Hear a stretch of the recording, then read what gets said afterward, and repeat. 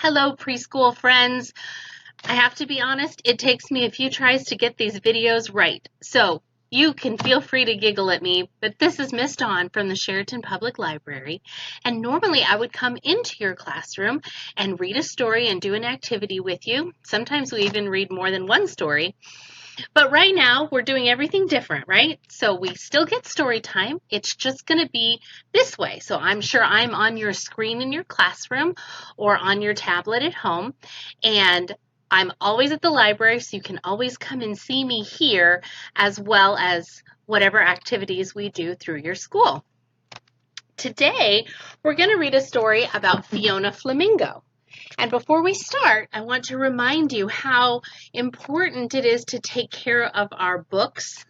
We need to treat them like we would treat our favorite friends, our favorite stuffed friends, our favorite toys.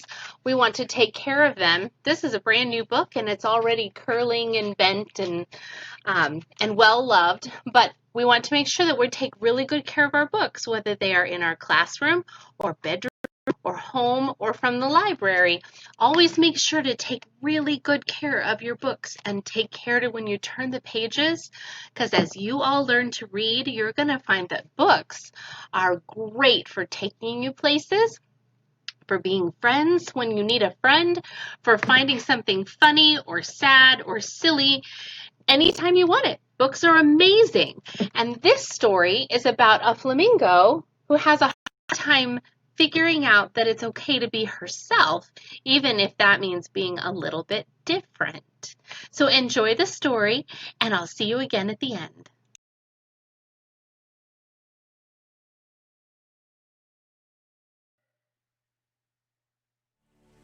Fiona Flamingo, written by Rachel Chu, illustrated by Kate Jeffrey. On a beautiful sunny afternoon, where life was simply the best, a little flamingo named Fiona hatched from her egg in a nest. Little Fiona grew up making lots of friends. They played flamingo games from day's start to day's end. As the time passed, the birds all became stronger. They also got pinker, and their feathers grew longer. They turned pinker and pinker with each feather they grew. They got bigger and bigger until some of them flew. Fiona remained featherless until it happened one night. She woke up with feathers, but they were bright white. The other flamingos gasped and stared at her in shock. They couldn't believe what they were seeing and wildly began to squawk. Her friends looked at the white feathers, not knowing what to think. "You're not the right color. Flamingos are supposed to be pink."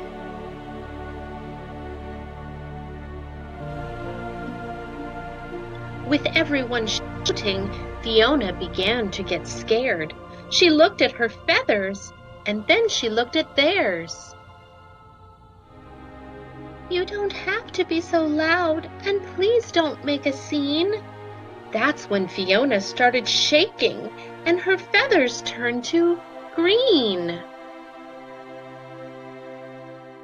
When her friends saw the change, they squawked louder and meaner. Fiona got more anxious, and her feathers grew greener. Her friends looked at the green feathers, not knowing what to think. "Stop being so silly, Fiona. Flamingos are supposed to be pink." "Oh no," said Fiona. "This is worse than just bad." But her friends kept on squawking, and then Fiona got mad. "You're making me angry!" she jumped and furiously said. That's when Fiona started yelling, and her feathers turned to red. The flock became silent, hoping things would get better. But Fiona got madder, and her feathers grew redder. Her friends looked at the red feathers, not knowing what to think. "Don't you think you should calm down now? Flamingos are supposed to be pink." They all rushed to hug her, and now Fiona felt bad. Her anger was fading, but now she felt sad. She whimpered and cried, "I'm all mixed up in hue." That's when Fiona started sobbing, and her feathers turned to blue. The flock watched from afar, and their concerns grew truer. But Fiona just got sadder, and her feathers grew bluer. Her friends looked at the blue feathers, not knowing what to think. "Just what kind of bird are you? Flamingos are supposed to be pink." No one could cheer her up, so instead they stayed away. That's when Fiona got lonely, and her feathers turned to gray. A young chick floated up with a gaze so pure and true. "I hope my feathers change colors when I'm as big as you." Fiona flashed a happy smile, and her feathers erupted in color. It was a surprise to everyone. No feather was like any other. Pink, white, and green, red, blue, and gray. She was every single color now, and that's the way she'd stay. The entire flock gathered around, and Fiona gave a big wink. "I guess we've all learned a lesson here. Flamingos don't have to be pink." Thanks for being good listeners for our story today. Fiona Flamingo had kind of a problem, didn't she? First, she was a little different than everyone else, but then her friends were not very kind, were they? Sometimes it's hard to be kind if we don't understand that somebody might be different. So it's important to remember that everyone needs to be treated with kindness no matter what. But what I really liked about Fiona was that at the end, she got to show all of herself. She got to be everything. So I found a page. I'm sure you've all seen emojis before. And right now, it's really hard to tell what people are thinking or feeling right now because you see lots of your grown-ups, especially, wearing masks. And it's hard to see people's emotions when their mouths are covered, right? It's hard to tell. So I want you to look very carefully at all of these faces. And even if you cover up the mouth, can you figure out what the emotion is? This one is happy. This is frustrated. And maybe I might turn green if I was frustrated or anxious, just like Fiona. So you can color each of these emotions what you think you would be. If you were happy, what color would you be? Maybe you'd be rainbow. If you are sad, what color might you be? Or angry, or scared, or happy? And I bet you'll find that there might be some things that use the same color. If you're tired, you might feel blue, and if you're sad, you might feel blue. So it's okay if some of these faces are the same color.